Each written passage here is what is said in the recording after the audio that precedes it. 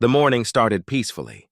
Birds chirped across the wide pasture, the dew still clinging to the grass. My wife, Sarah, stood near the fence, trimming roses, her movements calm, precise, the way only a seasoned countrywoman could be. I sat on the porch with my coffee, watching steam curl into the crisp air. Then the tranquility shattered. The sound of high heels clicking against gravel pierced the silence.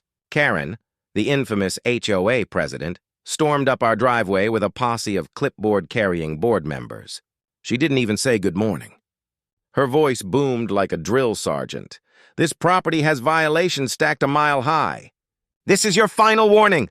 The board scribbled furiously behind her as if documenting a crime scene. Sarah didn't flinch. She simply kept pruning, her silence like a wall Karen couldn't break through. But I could see the fire in my wife's eyes, the kind of fire Karen had no idea she was playing with. Karen flipped through a thick binder and pointed dramatically toward our barn.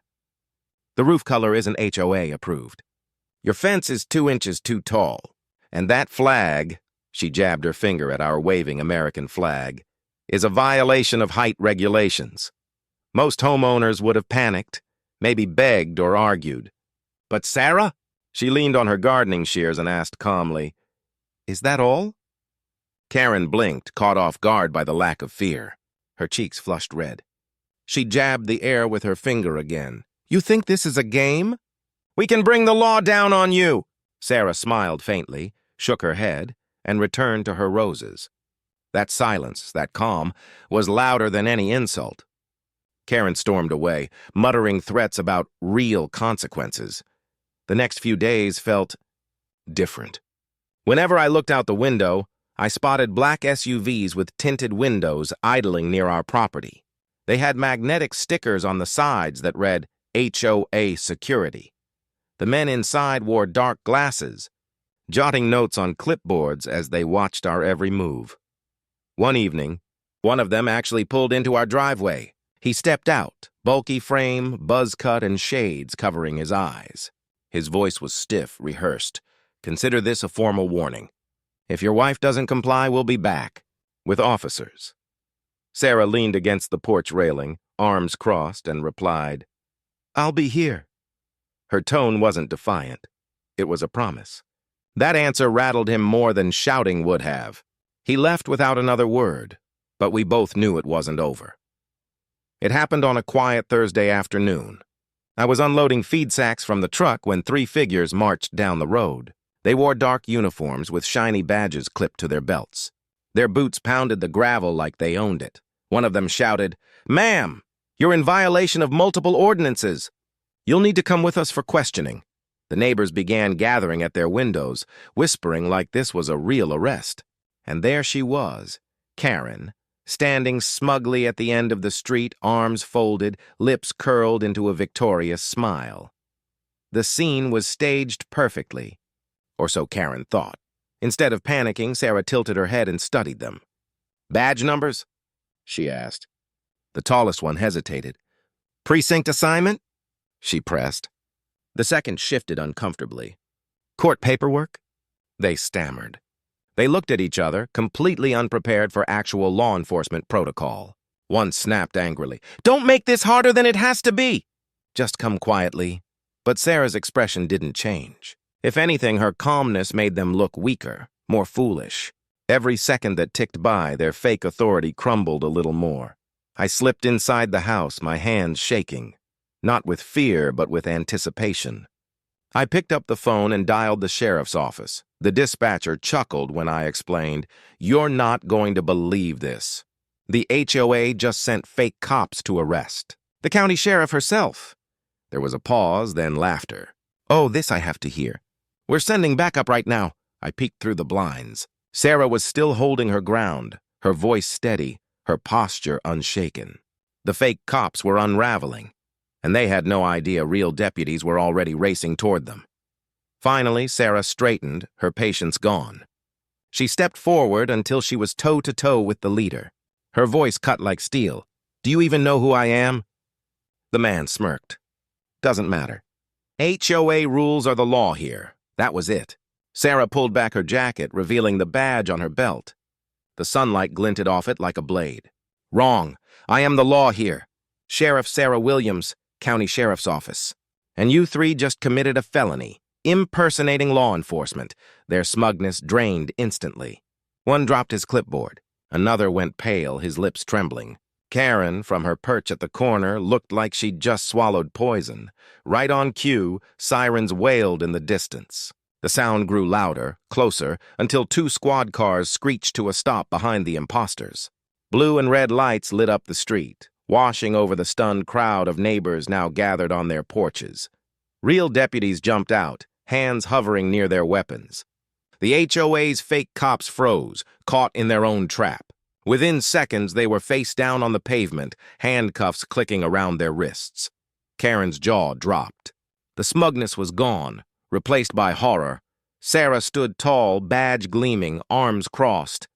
She looked Karen dead in the eye and said, clear enough for the whole block to hear, "Next time you send cops after me, make sure they're real ones." The neighbors erupted in cheers. Phones recorded. The HOA's reign of intimidation had just been shattered, and the war was only beginning.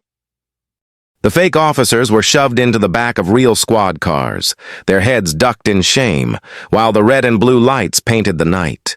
Karen couldn't hold it together anymore. She stormed into the middle of the street, hair wild, face flushed, clipboard shaking in her fist. "This is a setup!" she screeched. "They were enforcing our rules.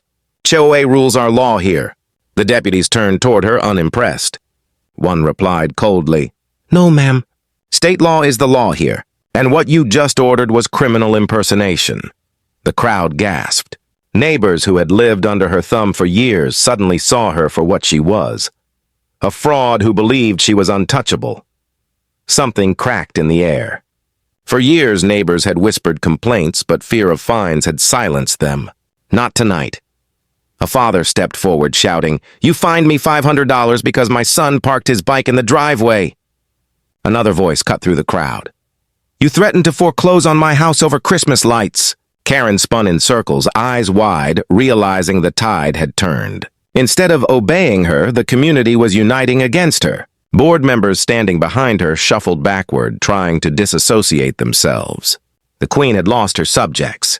Deputies cuffed the fake officers, their radios buzzing as they called in charges. Sarah stepped closer, her badge glinting under the streetlight. Her voice was steady but sharp, every word slicing through the night. "You impersonated officers. You tried to detain me without legal authority. That's harassment, conspiracy, and fraud, all stacked." The imposters hung their heads, trembling. Then Sarah turned slowly toward Karen. The crowd fell silent. Karen's knees buckled slightly as Sarah said, "And anyone who ordered this stunt will be investigated too." Karen's mouth opened, but no words came out. For the first time, she looked small, fragile, drowning in her own arrogance. Karen's mask cracked. Her voice shook as she pulled out her phone, fingers fumbling across the screen. I'll call my lawyer. I'll sue every single one of you," she shrieked, her voice breaking into hysteria. But Sarah stepped closer, lowering her voice just enough to cut like a whisper of steel. "Go ahead. Every second you delay is another second of obstruction, and obstruction will put you in handcuffs next to them." Karen's phone slipped from her hand, clattering against the pavement. The neighbors gasped. For once, Karen had no clipboard rule, no fake law, no board majority to hide behind. She was naked in front of the truth, and the truth was merciless. The fallout spread like wildfire.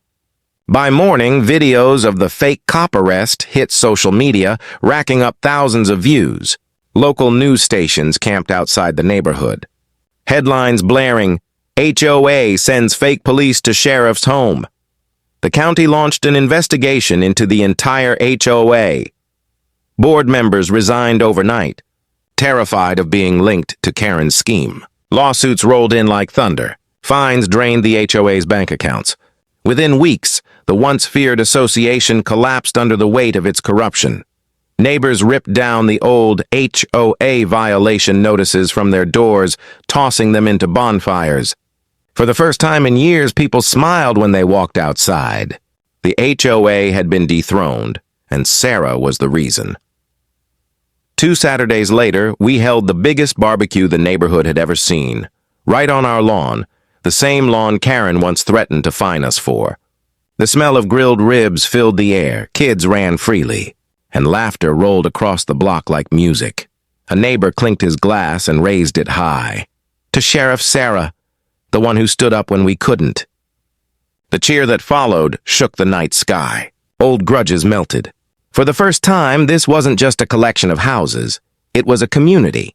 And Sarah, without trying, had become its heart. As the fire pit crackled and the stars burned above, Sarah stood. She didn't raise her voice, but every word carried across the yard. No one, not a bully, not a board, not even me, is above the law. This neighborhood doesn't belong to clipboards or fines. It belongs to the people who live in it. And if anyone tries to take that away again, they'll answer to me, the crowd erupted. Applause thundered, whistles cut through the air, and people stamped their feet like a drum beat. Karen was gone. The HOA was ashes. But Sarah's words carved something permanent, a promise of freedom. And as I looked at my wife, the sheriff who had faced down an HOA's corruption and crushed it, I realized the truth. They had tried to arrest her, but instead, she had arrested their power forever.